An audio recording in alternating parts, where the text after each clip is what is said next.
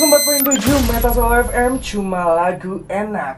Aku Vido J, aku merupakan penyiar radio di Metasol FM Surakarta dan aku mulai siaran sejak bulan Mei.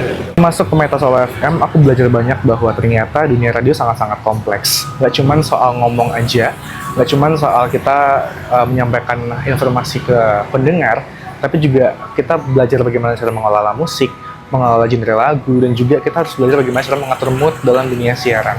Karena aku belajar banyak juga soal bagaimana kita sebagai penyiar tuh nggak cuma jadi orang yang ngomong aja, tapi juga orang yang punya pesan, juga orang yang punya banyak pendengar yang pengen buat dengerin kita tiap hari.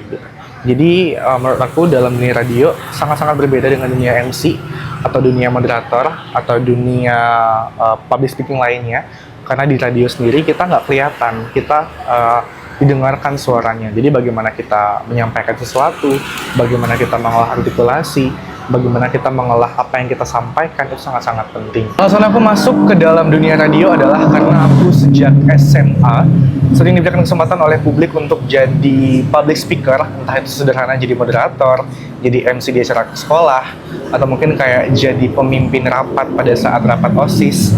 Dan dari situ aku mulai merasa bahwa aku punya ketertarikan dalam dunia public speaking, sehingga juga pada tahun 2021 aku masuk ke dalam salah satu ajang namanya Duta Genre dan menjadi juara 3 nasional Duta Genre Indonesia tahun 2022. Dan saat ini juga aku ngerasa bahwa radio merupakan tempat aku buat belajar, tempat aku buat mengasah skill aku. Karena aku juga ngerasa kalau misalnya aku cuma kuliah di ilmu komunikasi aja, kayaknya kurang keasah.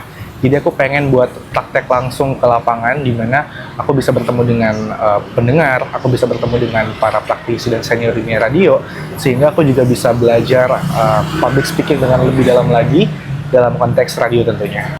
Punya banyak tantangan, dimana kalau aku pribadi merupakan orang yang cadel, gak bisa ngomong R, jadi kadang-kadang itu jadi sebuah hambatan buat aku dalam siaran dengan baik.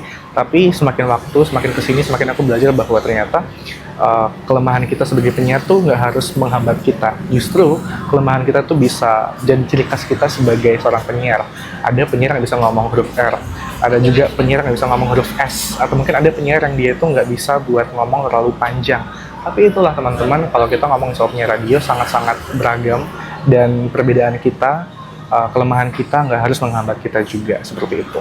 Soal hambatan teknis banget dalam studio siaran, ya sangat-sangat banyak juga.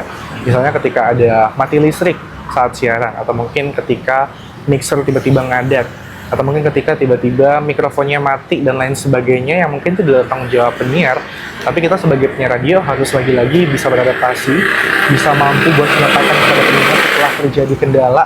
Kita harus on mic lagi buat ngomong bahwa mohon maaf ada kendala tadi di bagian peralatan teknis, dan kita kembali lagi harus dengan mood yang baik, harus dengan mood yang semangat, karena penyiar radio nggak boleh mut-mutan, nggak boleh istilahnya manja ketika kita lagi ada masalah, tapi ya kita harus dengarkan oleh pendengar dengan kondisi yang fit dan baik-baik saja.